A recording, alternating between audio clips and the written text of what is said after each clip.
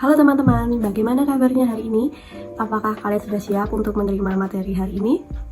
Baik, perkenalkan saya Naya Rojita Afni yang akan mendampingi teman-teman dalam belajar materi sosiologi hari ini. Hari ini kita akan mempelajari materi sosiologi yang tentunya menarik dan sangat interaktif, yaitu perkembangan masyarakat digital. Sebelum kita masuk ke materi, maka kita ulas dulu tujuan pembelajaran kita hari ini. Yang pertama, teman-teman akan mampu memahami konsep masyarakat digital berdasarkan pengamatan teman-teman dari kegiatan, aktivitas, maupun kehidupan sehari-hari teman-teman sebagai bagian dari masyarakat digital. Kedua, teman-teman akan dapat mengidentifikasi berbagai karakteristik masyarakat digital dari pengalaman teman-teman sebagai bagian dari masyarakat digital itu sendiri. Identifikasi tersebut akan berperan penting dalam penugasan teman-teman yang akan kita lakukan hari ini. Oke, kita masuk ke materi selanjutnya, yaitu identifikasi aplikasi yang ada di bagan atau di gambar berikut. Apakah teman-teman pengguna aplikasi tersebut? Apakah teman-teman pernah menggunakan atau sedang menggunakan, bahkan sudah ketergantungan menggunakan media sosial atau jejaring sosial tersebut?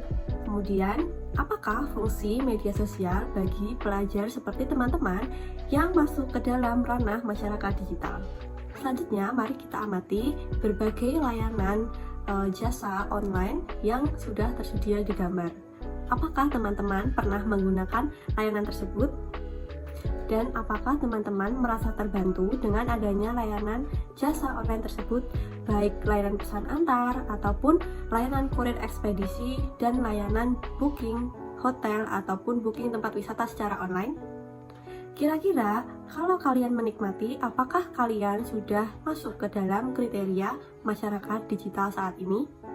Baik, mari kita masuk ke materi inti. Sebelum kita mengulas materi masyarakat digital, alangkah baiknya kita mempelajari terlebih dahulu hakikat pengertian dari konsep masyarakat. Secara umum, masyarakat merupakan suatu kesatuan hidup manusia yang terikat oleh adat istiadat seperti norma, nilai, dan peraturan yang ada di sekitar teman-teman. Norma, nilai, maupun adat istiadat tersebut mengikat teman-teman secara berkelanjutan. Sebagai masyarakat juga terikat oleh rasa identitas yang sama. Contohnya seperti teman-teman berada di satu kesatuan sekolah yang menjadi identitas teman-teman, sehingga teman-teman disebut sebagai warga sekolah karena teman-teman menaati peraturan yang ada di sekolah. Kemudian teman-teman memiliki identitas yang sama dengan teman-teman yang lain sebagai peserta didik sekolah tersebut, sehingga teman-teman disebut juga sebagai warga sekolah dari sekolah tersebut. Kemudian kita masuk ke pengertian masyarakat digital. Masyarakat digital disebut juga sebagai masyarakat yang secara aktif memanfaatkan kemudahan teknologi untuk menunjang kehidupan sehari-hari. Masyarakat digital memanfaatkan kemudahan dalam mengakses iptek atau ilmu pengetahuan teknologi dan komunikasi untuk memudahkan kehidupan mereka sehingga lebih efektif dan efisien. Masyarakat digital juga lekat dengan adanya teknologi yang membantu mereka dalam setiap aspek kehidupan mereka, sehingga aspek kehidupan mereka sudah sangat bergantung dengan yang namanya teknologi digital. Kemudian kita ulas ciri-ciri masyarakat digital.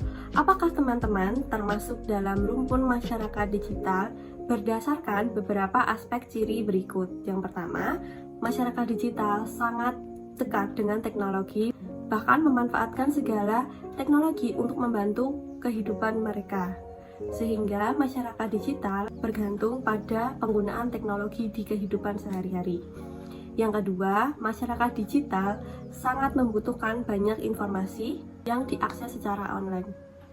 Yang kedua, masyarakat digital banyak membutuhkan informasi yang dapat diakses secara online. Informasi tersebut berguna untuk membantu kehidupan mereka agar berjalan lebih baik lagi. Contohnya, di zaman sekarang, informasi untuk mencari lowongan pekerjaan maupun informasi untuk mendapatkan pelatihan dan pendidikan sangat bergantung dengan kecepatan informasi di internet.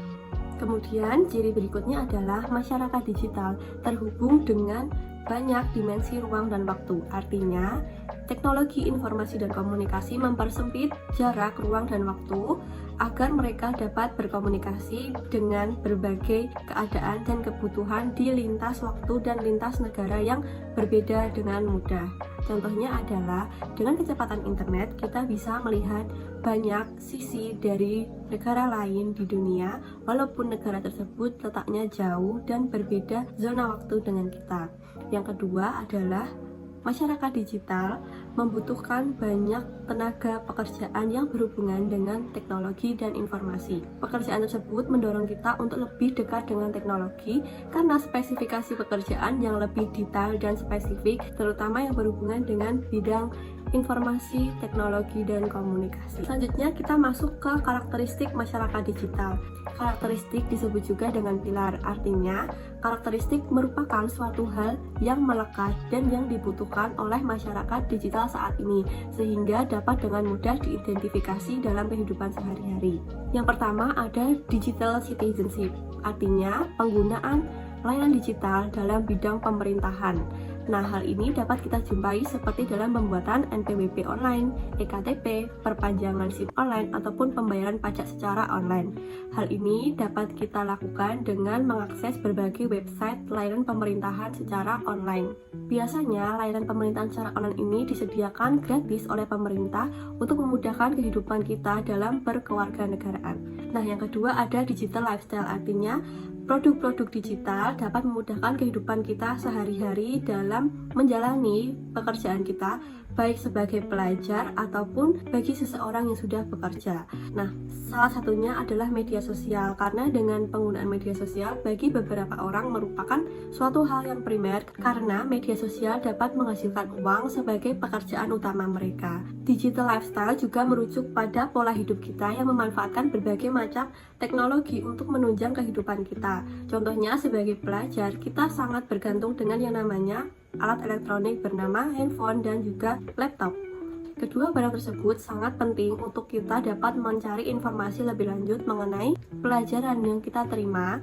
Kemudian kita juga memanfaatkan berbagai macam produk penunjang seperti proyektor ataupun speaker atau pengeras suara. Kemudian yang terakhir ada digital commerce. Nah, digital commerce artinya penggunaan perangkat digital untuk kebutuhan ekonomi sehari-hari. Banyak aplikasi yang masuk ke dalam digital e-commerce, contohnya seperti Shopee, Lazada, Tokopedia, Agoda, Traveloka, dan lain sebagainya. Produk-produk ini menawarkan berbagai jasa yang dapat membantu kita dalam menunjang kehidupan sehari-hari. Bidang digital commerce ini juga banyak membuka lowongan pekerjaan baru, namun perlu kita ketahui bahwa penggunaan layanan e-commerce ini membutuhkan skill kita untuk lebih dekat dengan yang namanya teknologi digital. Kemudian kita ulas materi berikutnya, yaitu peluang masyarakat di era digital. Yang pertama, transformasi bisnis saat ini banyak berubah, terutama setelah adanya pandemi COVID-19. Dari materi sebelumnya dapat kita ulas bahwa e-commerce merupakan produk digital yang paling sering kita pakai. Hal ini berhubungan dengan peluang pada bidang transformasi bisnis.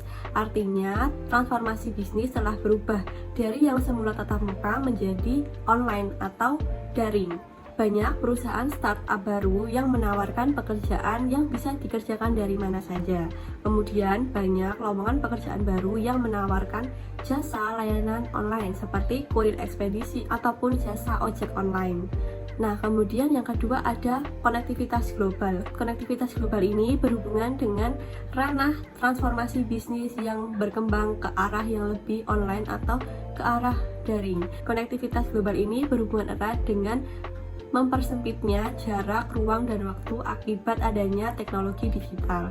Contohnya adalah kita bisa berhubungan dengan teman-teman kita yang berada di negara lain menggunakan teknologi bernama video call. Dengan teknologi tersebut, kita tidak perlu menunggu waktu yang lama atau menyamakan waktu kita untuk kita bisa berkomunikasi walaupun berbeda zona waktu. Kemudian, yang kedua, adanya teknologi bernama pesawat terbang yang bisa mengantarkan kita kemana saja tanpa terhalang jarak ataupun waktu. Ketiga, ada inovasi teknologi. Inovasi teknologi telah membantu kita banyak, terutama penggunaan artificial intelligence atau AI dan juga penggunaan mesin di pabrik-pabrik manufaktur. Nah, hal ini membantu kita agar pekerjaan kita lebih efektif dan efisien. Yang ketiga, ada tantangan masyarakat di era digital. Yang pertama, ada pada bidang privasi dan keamanan. Contohnya, banyak sekali kejadian scamming, hacking, ataupun kejadian yang melibatkan data kita di media sosial. Hal ini dapat kita cegah dengan selalu mengupdate password ataupun mengupdate keamanan kita di media sosial dan tidak mengumbar-umbar kehidupan pribadi kita di ranah dunia maya. Nah, kemudian yang kedua ada kesenjangan digital. Artinya, walaupun kita hidup dengan banyak teknologi yang memudahkan kita, masih belum banyak daerah yang terjamah oleh internet atau teknologi yang kita pakai saat ini. Hal ini menjadi PR bagi pemerintah maupun kita sebagai pelajar turut serta dapat menyumbangkan pemikiran kita untuk kemajuan teknologi di masa depan.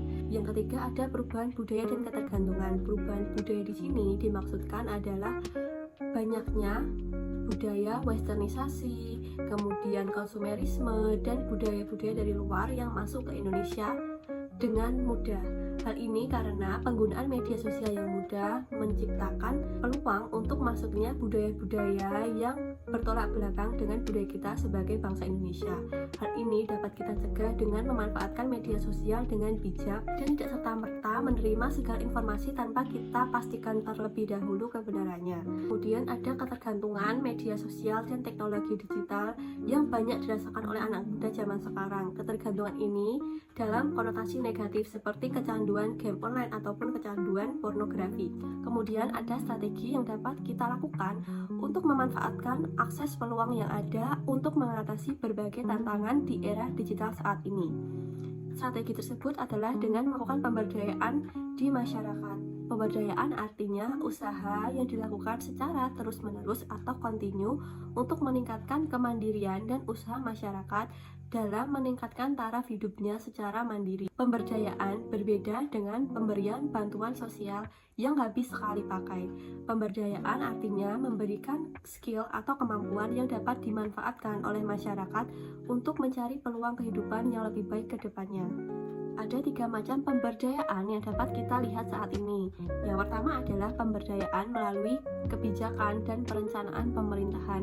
Artinya pemberdayaan diberikan secara langsung oleh pemerintah kepada rakyat melalui kebijakan tertentu seperti undang-undang. Contohnya adalah banyak UMKM yang mendapatkan pelatihan dan mendapatkan modal dari pemerintahan setelah pandemi COVID-19. Yang kedua, pemberdayaan melalui aksi sosial dan politik. Hal ini dapat kita lihat di media sosial dengan banyaknya relawan yang melakukan aksi pemberdayaan secara sukarela.